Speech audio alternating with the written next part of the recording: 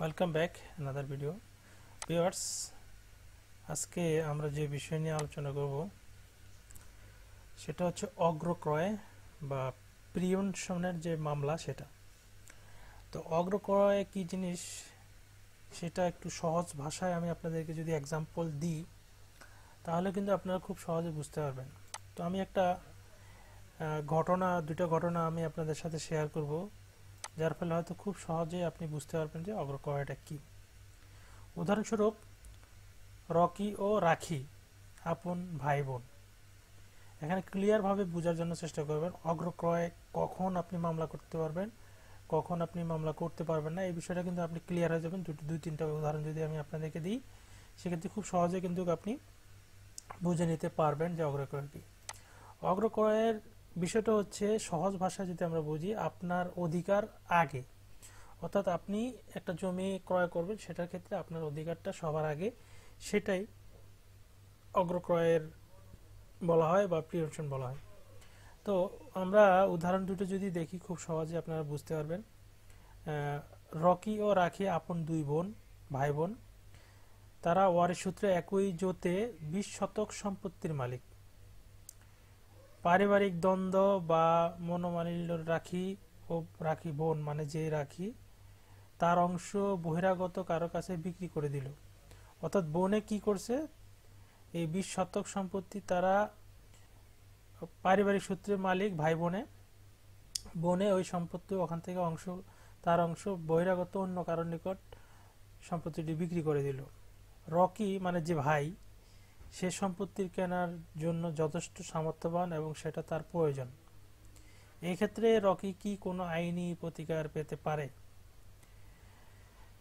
এটা হচ্ছে প্রথম একটা ঘটনা। আরেকটা যদি আমি একটু সহজে আর একটু উদাহরণ দিই।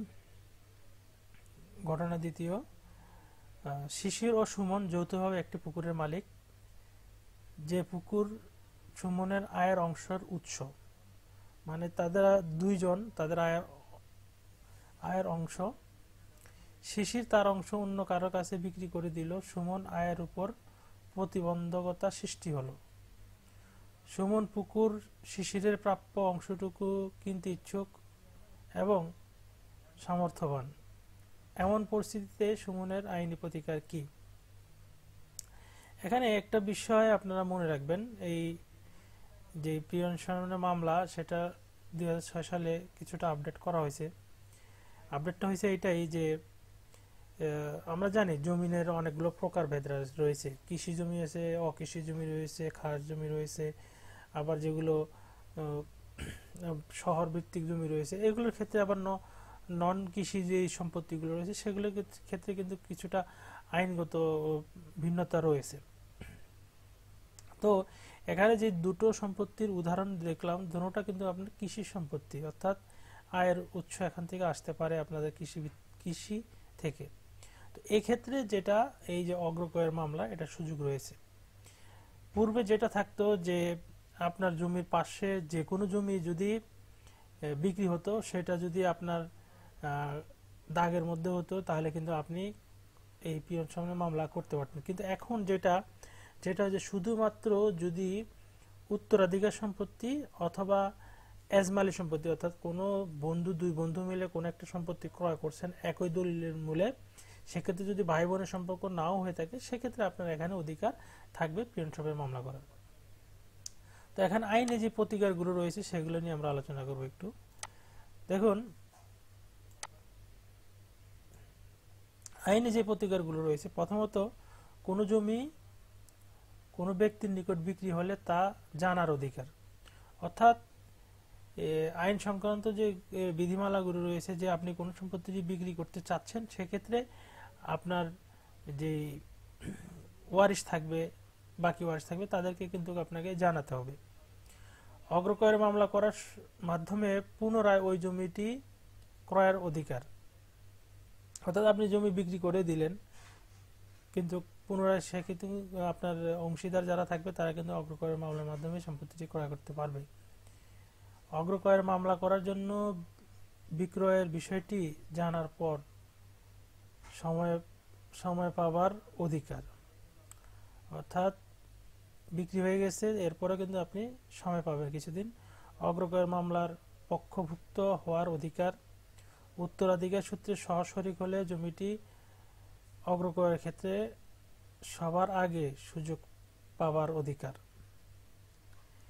এই যে অধিকারগুলো, এগুলো কিন্তু অবশ্যই আপনার থাকবে। অগ্রক্রয়ের মামলা হওয়ার পর, নোটিশ জারির পর অগ্রক্রয়ের মামলার পক্ষভুক্ত হওয়ার জন্য সময় পাওয়ার অধিকার, ক্ষতিপূরণ পাওয়ার অধিকার, অগ্রক্রয়ের মামলার মাধ্যমে ক্রয়কৃত জমিতে দখল পাওয়া এবং ভোগ করার অধিকার।